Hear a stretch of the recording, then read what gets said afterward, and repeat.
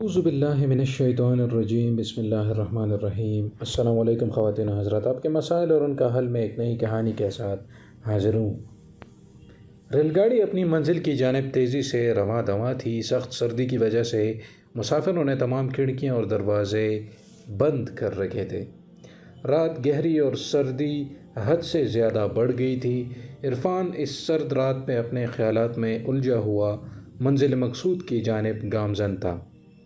آج اسے رہ کر اپنی بوڑھی ماں کا خیال آ رہا تھا، جسے وہ روتا ہوا چھوڑ کر کام کی تلاش میں دوسرے شہر جا رہا تھا۔ عرفان ایک شریف خاندان کا چشم و چراغ تھا۔ اس کا باپ ایک فیکٹری میں ملازم تھا۔ زندگی ہنسی خوشی بسر ہو رہی تھی، لیکن خدا کو کچھ اور ہی منظور تھا۔ ایک دن عرفان اسکول سے واپس گھر آیا تو گھر پر ایک بری خبر اس کی منتظر تھی۔ اس کا باپ آج ان دونوں چھوڑ کر اپنے خالق حقیقی سے جا ملا تھا۔ عرفان کی ماں کا رو رو کر برا حال تھا۔ خود عرفان کی حالت بھی ماں سے مختلف نہ تھی۔ عرفان کو اپنے باپ کی موت کا بے حد دکھ تھا، لیکن صبر کے سوا اس کے پاس کوئی چارہ نہ تھا۔ باپ کی موت کے بعد عرفان کے گھر کے حالات بھی خراب ہو گئے تھے، کیونکہ جب کوئی کمانے والا ہی نہ ہو تو گھر کا خرچ کیسے چلے گا۔ عرفان ایک باضمیر نوجوان تھا۔ اس سے یہ برداشت نہ ہو سکا کہ اس کے ہوتے ہوئے بات فاقوں تک پہنچے۔ اس لیے عرفان نے اپنے شہر میں کام کی تلاش شروع کر دی، لیکن اسے ہر جگہ مایوسی کا سامنا کرنا پڑا۔ آخر تنگ آ کر اس نے اپنی ماں سے دوسری شہر جانے کی اجازت مانگی۔ آخرکار عرفان کی اصرار پر اس کی ماں نے بڑی مشکل سے اسے اجازت دے دی، اور آج وہ اپنے مختصر سے سامان کے ساتھ دوسرے شہر جا رہا تھا۔ ٹکٹ دکھاؤ۔ ٹکٹ چیکر کی کرخت آواز نے اس کے خیال کا تسلسل توڑ دیا۔ عرفان نے فوراً ٹکٹ چیکر کو اپنا ٹکٹ دکھایا۔ اس نے ٹکٹ دے کر عرفان کو واپس کر دیا اور آگے بڑھ گیا۔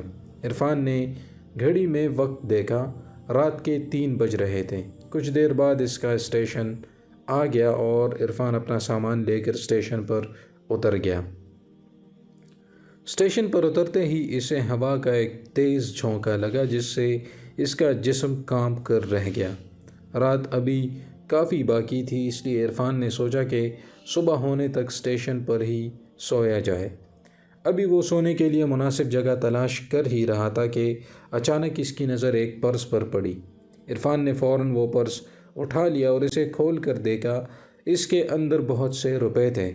عرفان نے جب تمام پیسے پرس سے نکالے تو پرس کے اندر ایک شناختی کارڈ بھی ملا۔ عرفان نے شناختی کارڈ پر ایڈریس دیکھا تو وہ قریبی شہر کا تھا۔ اس نے اپنے دل میں پکا ارادہ کر لیا کہ وہ یہ پیسے اس کے مالک تک پہنچائے گا۔ کچھ دیر بعد اس شہر کو جانے والی گاڑی آ گئی۔ عرفان اس گاڑی پر سوار ہو گیا۔ بہت جلد اس شہر کا اسٹیشن آ گیا۔ عرفان گاڑی سے اترا اور مکان تلاش کرنے لگا۔ سورج اپنی کرنوں سے روشنی پھیلانے میں مصروف تھا۔ کچھ دیر بعد عرفان ایک مکان کے سامنے کھڑا تھا۔ مکان ایک بہترین طرز پر تعمیر کیا گیا تھا۔ عرفان نے کال بیل بجائی۔ کچھ دیر بعد ایک خوش پش نوجوان باہر نکلا۔ عرفان نے آگے بڑھ کر اس سے ہاتھ ملایا اور جیب سے شناختی کارڈ نکال کر دیکھا۔ شناختی کارڈ پر اسی شخص کی تصویر لگی ہوئی تھی۔ عرفان نے ساری صورتحال اسے بتائی اور اس کے پیسے اور شناختی کارڈ واپس کر دیا۔ وہ شخص عرفان کی ایمانداری سے بہت متاثر ہوا۔ عرفان کو اپنے ساتھ اندر لے گیا۔ اس شخص نے عرفان کی خوب خاطر مدارت کی اور دوسرے شہر آنے کی وجہ پوچھی۔ یہ نوجوان ایک بہت بڑی فیکٹری کا مالک تھا۔ عرفان نے اسے بتایا کہ وہ دوسرے شہر نوکری کی تلاش میں آیا ہے۔ اس شخص نے عرفان کی ایمانداری کو دیکھتے ہوئے فوراً اپنی فیکٹری میں ملازم رکھ لیا۔ عرفان بھی بہت خوش ہوا کہ اسے اس کی ایمانداری کا پل مل گیا ہے۔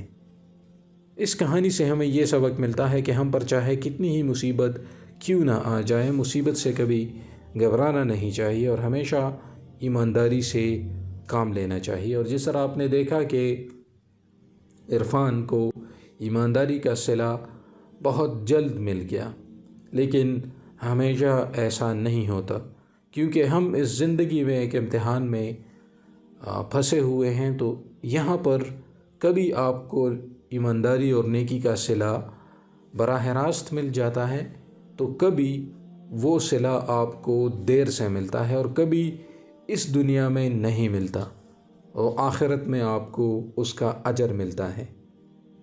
تو آپ لازماً نیکی کریں اور اللہ تعالیٰ کی رضا کے لیے کریں۔